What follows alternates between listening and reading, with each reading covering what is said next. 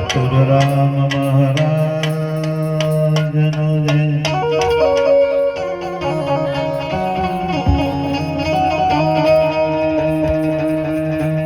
ભીખારામ મહારાજનો જય.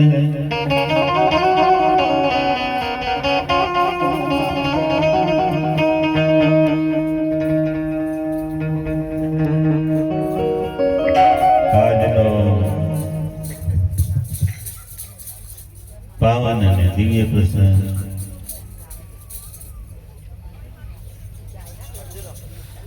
પંચમહાલ જિલ્લાની પવિત્ર ધરા બારોટ ફરી એરંડી ગામ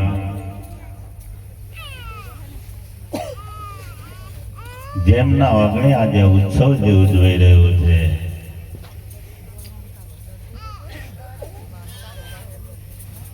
એમને જે કંઈક પ્રાપ્ત થયું તે પ્રાપ્ત થયા પછી એ જ્ઞાનને આગળ વધારવા માટે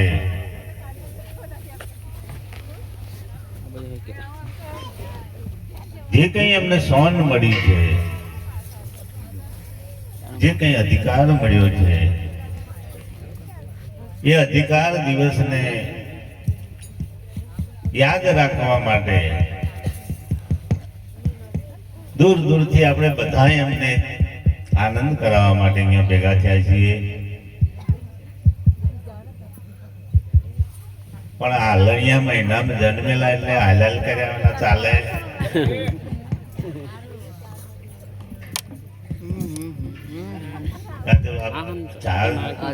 મેં કહ્યું ચા આવે ને પછી આગુ પાછું તો થવાનું ને, કારણ કે ચા બગડી જાય એવાય બગડ્યાનો વાંધો, પણ ચા ના બગડવી જોઈએ. કારણ કે જીવનમાં જે કંઈક મળ્યું છે એનો જે કંઈક આનંદ લેવો છે.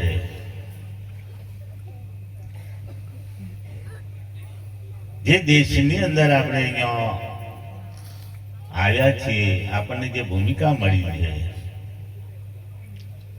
જે રંગ મંચ ઉપર આપણને પરમાત્માએ મોકલ્યા છે, આ રંગ મંચ ઉપર તમારે એક નાટક ભજવવાનું છે. પણ એ નાટક ભજવતા પહેલા તમારે વિચાર કરવાનું કે મને શું કેવો જન્મ મળ્યો છે. સંતો કહે છે કે 184 ની અંદર જો ઉત્તમ યોની હોય તે મનુષ્યની યોની છે. આ મનુષ્ય જન્મ મળવો અતિ દુર્લભ છે ને આપણને મળ્યો છે. તો આ મનુષ્ય જન્મનું જે પાત્ર મળ્યું છે,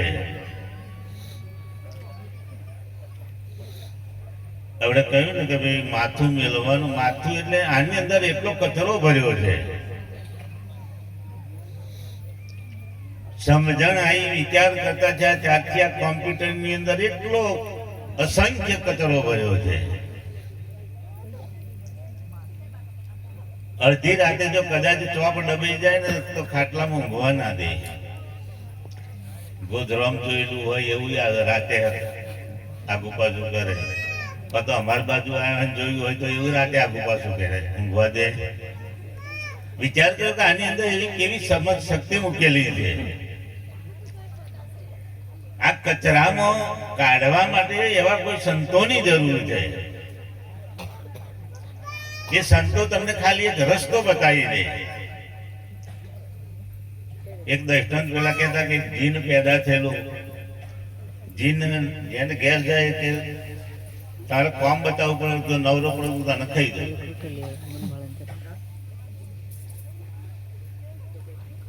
એટલે જેટલું કામ બતાવે સેકન્ડમાં પૂરું કરી દે.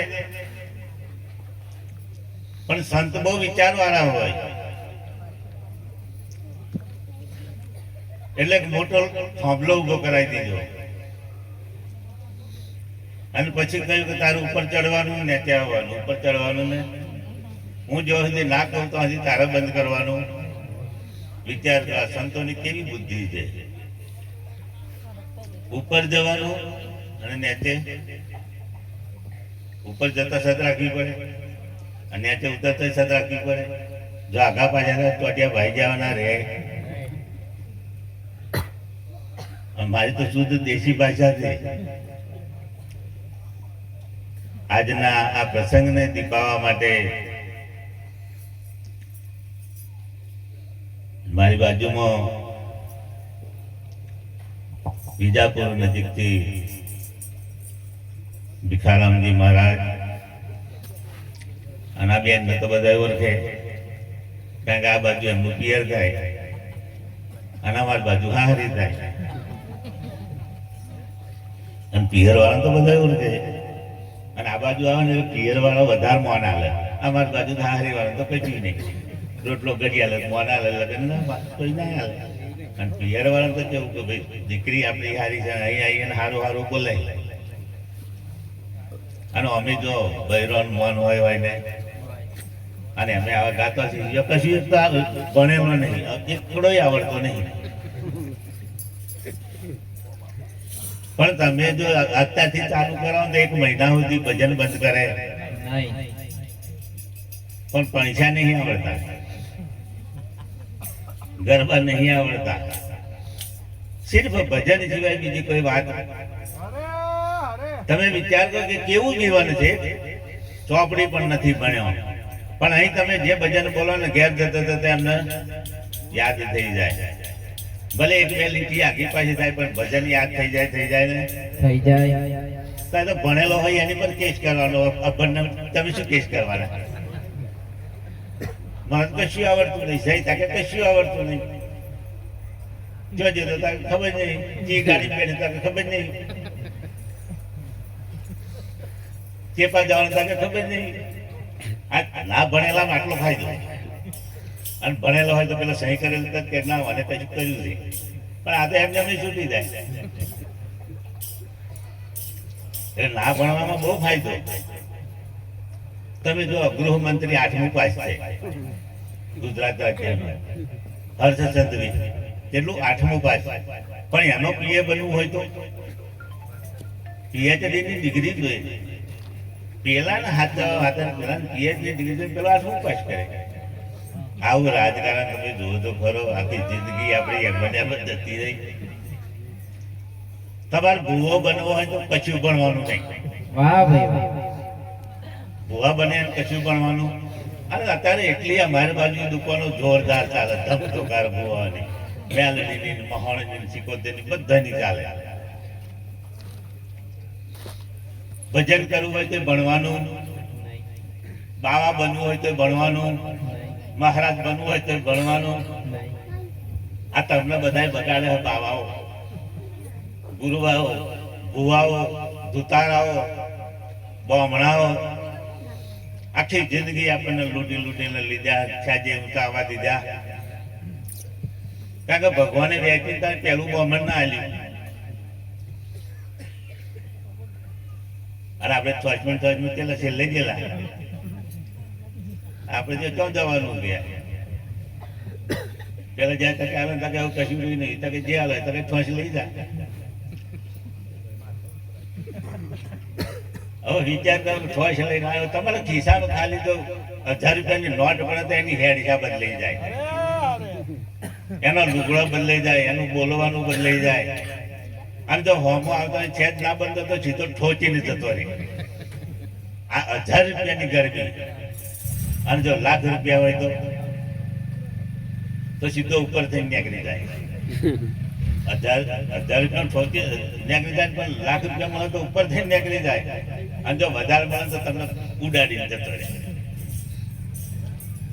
વિચાર કરો કે આ જીવનની એને કોઈ કિંમત છે? જીવનની જેને કિંમત છે, જેને સમયની કિંમત છે, આ દેહની કિંમત છે. વિચાર કરો કે પાણીના બુંદમાંથી આખી આ કાયાનું બંધારણ થયું છે. માના ઉદરમાં 9 માસ સુધી એનું ઘડતર થયું છે. એ ઘડતર એ કારીગર કેવો છે? 9 મહિના પછી જયારે બહાર આવે તો સહેજ ખોડે રહી જાય ને તો અમેરિકાનો ડોક્ટર આવે તો મેર પડે એવો છે.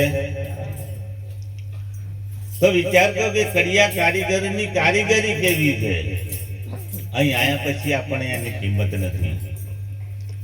અમે એવું નહીં કહેતા કે સંતોના ચરણોમાં જાઓ, ગુરુના ચરણોમાં જાઓ, માતાએ જાઓ, માધે જાઓ. અમે કહીએ કશું કહેતા, તમને ફાવે એ રસ્તો પકડો, પણ સત્યનો માર્ગ પકડશો તો ક્યારેય કોઈ તકલીફ આવશે. હવે સત્યનો માર્ગ પકડવા માટે એવા સત્પુરુષની શોધ કરવી પડે. નિરોધ મહારાજે આપણા સમાજ માટે આ મહેનત કરેલી છે. તમે જો મોટા મોટા સંપ્રદાય ચાલતા હોય તો તમારે ત્યાં જરૂર છે. એ તો ઠેકા લઈને બેસી ગયા છે, તારે જરૂર હોય તો અહીંયા આવી કોઈ નહીં. આમાં તો રાતે ગાડી પીએમ છોડીને જતો ને તો આમ ઓછો કરીને જવું પડે ને આવવું પડે. પેલાને બોલાવો તો મેર ખાય. નિરોધ બાપુએ જે આપણા માટે મહેનત કરી છે, આપણા સમાજ માટે જે મહેનત કરી છે, એ સમાજને તમે વિચાર કરી દો.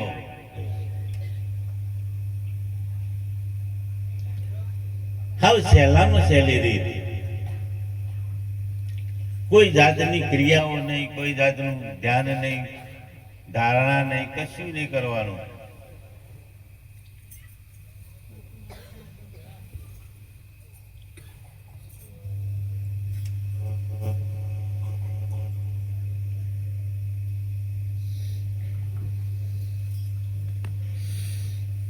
બધાને આવું થાય. શરૂઆતમાં સારું હેડે અને વચમાં બરાબર ચાલતું પૂરું ઢીલા થઈ જાય. તમે જોજો જવાની જો શેર હાથમાં આવે તો પૂરું ઢીલા થઈ જાય પછી એટલે તો ટોટિયા ઢીલા થઈ જાય. કૂદવું હોય તો મેર પડે. પણ છકડિયા હતા કે 80 ઉંમરના ડોહો પણ જે ભજન ચાલુ થાય ને ઊભા થઈ જાય.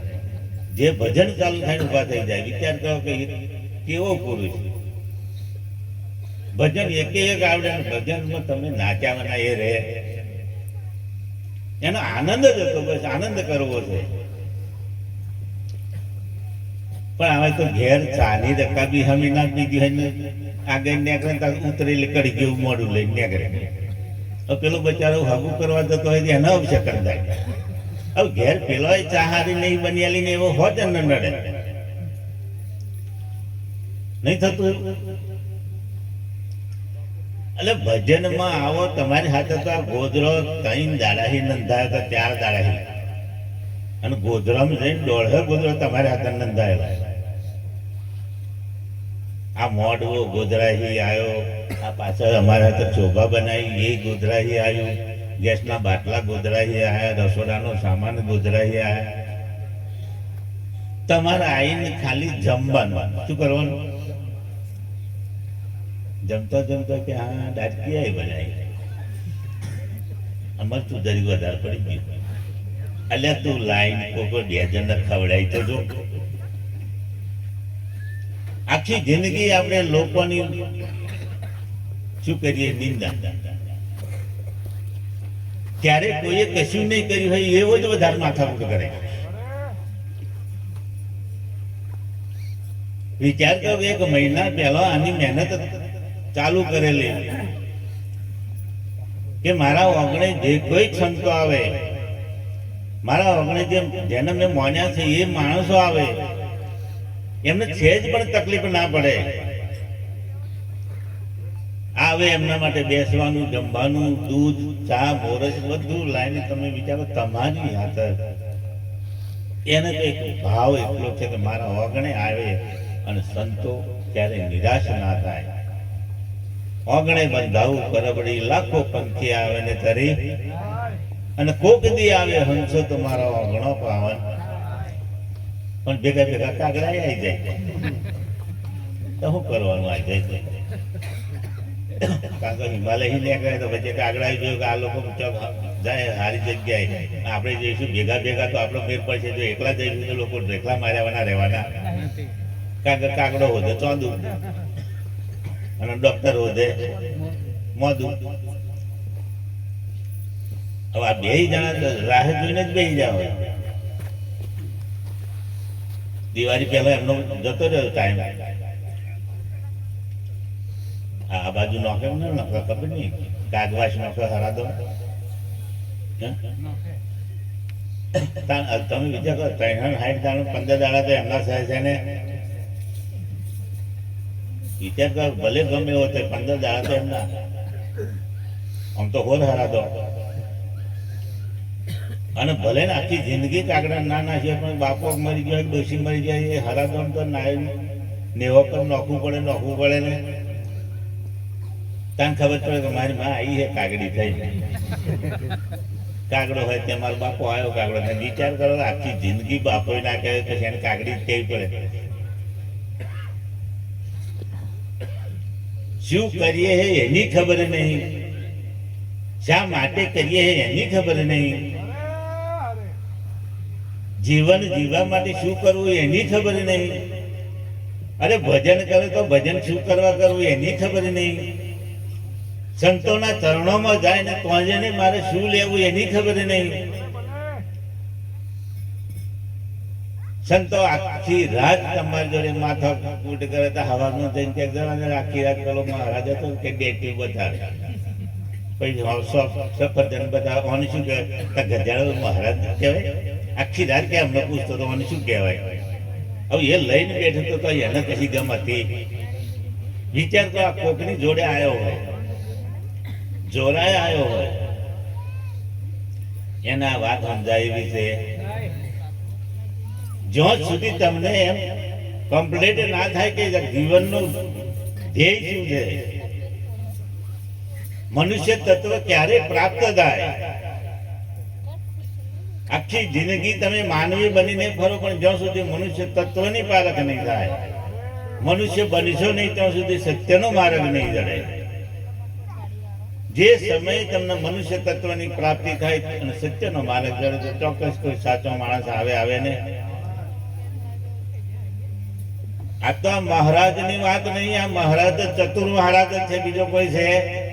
પણ જ્યાં સુધી દ્રષ્ટિ દેહ દેખાય તો હજી મેર પડે એવો છે. પણ એ ખાડામાં પડી ગયેલો કાઢવા માટે ચતુર મહારાજ જ આવ્યા છે. પણ દેહ ઉપર દ્રષ્ટિ છે તો ક્યારે મેર પડવાનો. અને તો એમને વિચાર કરવાનો કે ચતુર મહારાજ નું આલેલું છે તો ક્યારે આ વાત પાછી પડે એવી છે. અમે તો ખાલી એક નિમિત્ત માત્ર આવી ગયેલા છીએ.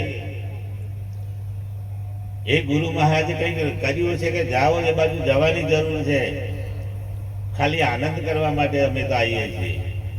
પણ અહીં આવીએ ને તો લોકો તમારી વિચાર કરો કે તકલીફ થાય છે. આ તો અહીં બેહવું એ બહુ કાઠું છે. આ બધાને એવું થાય કે તૈનું રાશન આલ્યું, બીજા કોઈને આલ્યું થાય ના થાય. અને મને તો આવું બેહવાનું ગમતું નહીં.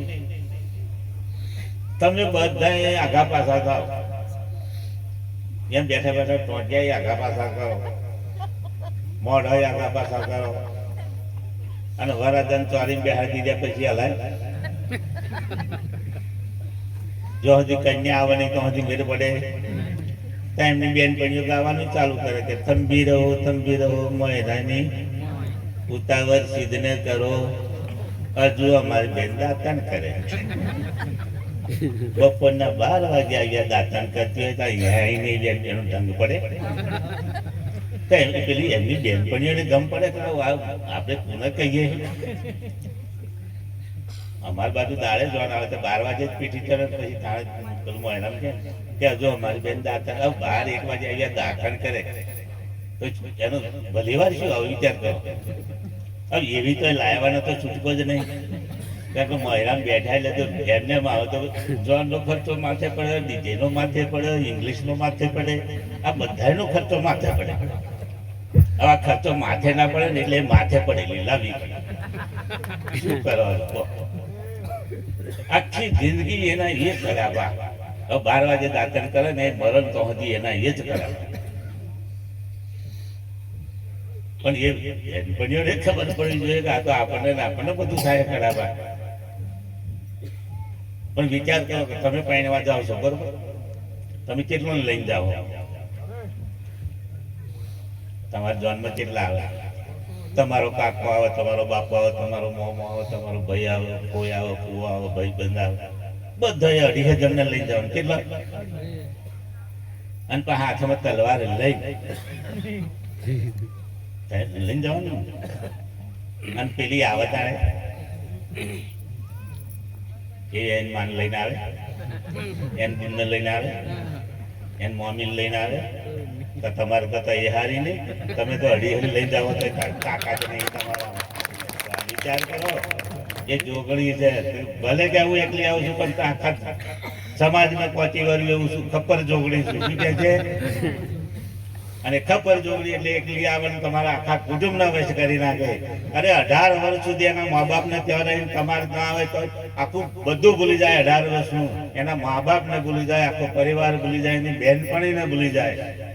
અને એક જ દાડામાં ખાલી 2 દિવસની અંદર તમે જે કહો એને કરવું પડે. તો વિચાર કરો કે એનું બલિદાન કેટલું છે. અને તમને પહેણ્યા પછી હારે મોકલવાના હોય તો સવારમાં 4:30 ઉઠવાનું, ઘરનો કચરો વારવાનો, પાછી દોવારવાનું, ગાય દોવાની, ગાયને નાખવાનું, ત્યાર પછી ધણીને ઉઠાડવાના. તો હજી તમારા ઉઠાડાય. પછી તમારે બ્રશ કરીને ચા મેળ્યો છે, પેલું બધું કરીને ચા બના. આવું તમારે કરવાનું થાય તો કેટલા દાડા હારે રહો. ના, મારા રાષ્ટ્રપતિને કહેવું છે, કારણ કે પેલી દ્રૌપદી છે ને, એટલે આની સમજણ પડી જાય કે હવે એવો કાયદો કરો કે પૈડા એટલે પુરુષના હારે જવાનું. ઘર જમે કહેતા હતા, પણ કાયદો થયા પછી તો ઘર જમે થાય. અને આખી જિંદગી તો કાઢવાની. વિચાર કરો કે એક દાડો આપણા એ રહેવાય એવું છે. અને છતાંય આવા એટલી બધી કેપ કરે નહીં. કેમ કરતા આપણે એક જ વસ્તુ, એ માણસ છે, આપણે માણસ છીએ. એ પરમાત્માનો માણસ છે, આપણે પરમાત્માનો માણસ છીએ. આખી જિંદગી જ્યાં બધું ત્યાગ કરીને આપણી પાસે આવે, છતાં એની જો આપણે કિંમત ના કરીએ તો ચોક્કસ આપણે ભોગવવાનું આવે ને.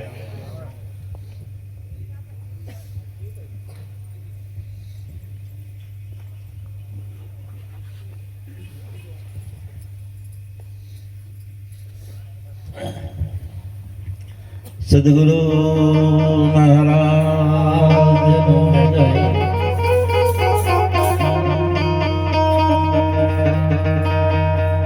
બાપુ રામદાસ મહારાજનો જય.